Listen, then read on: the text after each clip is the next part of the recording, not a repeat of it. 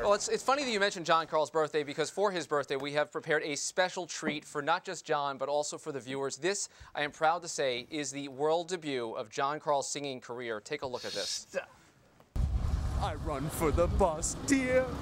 I run for the bus, dear. While riding, I think of us, dear. 1, 2, 3.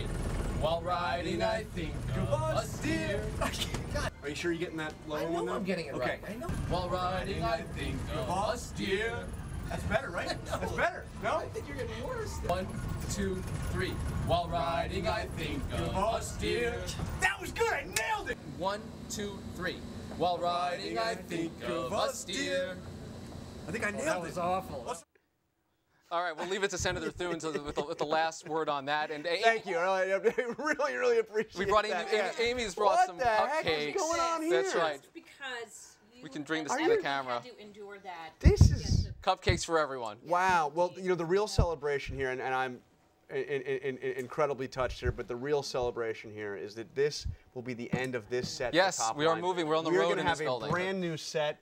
This is incredible. Can we give some to our guests? Of course. We do have a guest. We do have a guest. We should talk. We should talk. Here, all right. drop if nothing else. We'll do this. We'll get this divvied up. Oh, very well good. done. Nice. Perfect. Reid Wilson, thank you so much for joining us. Thanks for having me. Happy birthday. I don't know what's going on. Thank you. I thought you did a great job. Losing control. Hey, you know, I think, you know, look, singing is something I've got a passion for. I know, it's great. And that's what matters, It's right? great to see. I leave mine in the shower, but All you right, know. geez. Can we talk about Joe Lieberman? I'd love to. Okay, so what? First of all, were you surprised? Yeah, a little bit. I didn't see this coming. A couple of weeks ago. Apparently, he came to a decision over the holidays.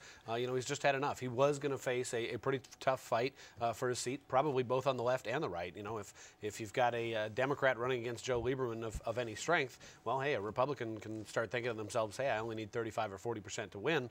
That's something. You know, you start getting into a conversation about Linda McMahon getting back into the race and spending another $50 million.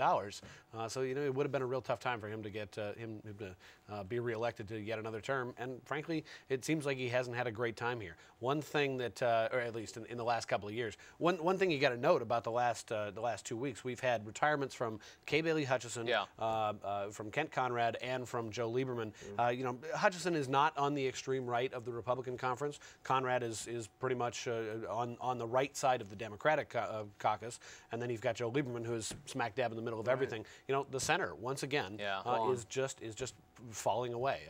The Blue Dogs are gone. There aren't a lot of Republican moderates in the House, and now you've got 3 more relatively moderate senators who aren't going to be around in the 113th Congress. And of course, the initial bad news for Democrats, but our Amy Walter, who's just here, made a really good point on the blog today about how the initial retirements after the 2010 cycle seemed to favor the Democrats. We forget that now, but that was after the 2008 cycle seemed to favor that. I want to ask you about the RNC chairman, because you've covered this a lot. Reince Priebus. I am getting the name right, and it may not look like it's actually English, but he's the new chairman of the Republican National Committee.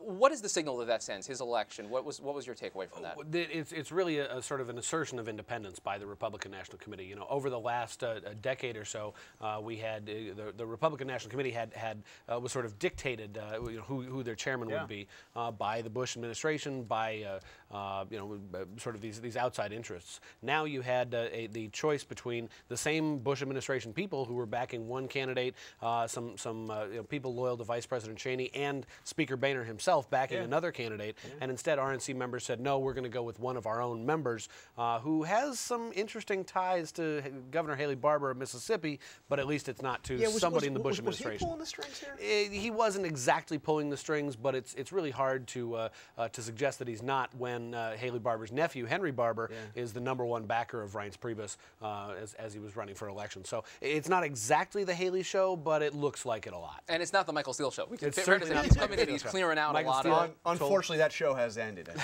He told From Forum today he now knows how Caesar feels. Ah, indeed, a Caesar reference. That always is very good. Reid Wilson. At 2 rights. At 2, that's good. That's good. It looks like it could be Latin. There you go. Reid Wilson from the Hotline, we really appreciate it. Thanks so much for being here. Thanks a lot. That does it for this edition of Top Line for our singing John Carl. And thank you. I really appreciate it. And maybe you'll sing me happy birthday later? I would do it on camera. Okay. Glad. Did you hear how good I want you to vote. Tell us who was better. You heard the video evidence. We'll put the link out there. I don't even think it's a close call. We'll see. All right.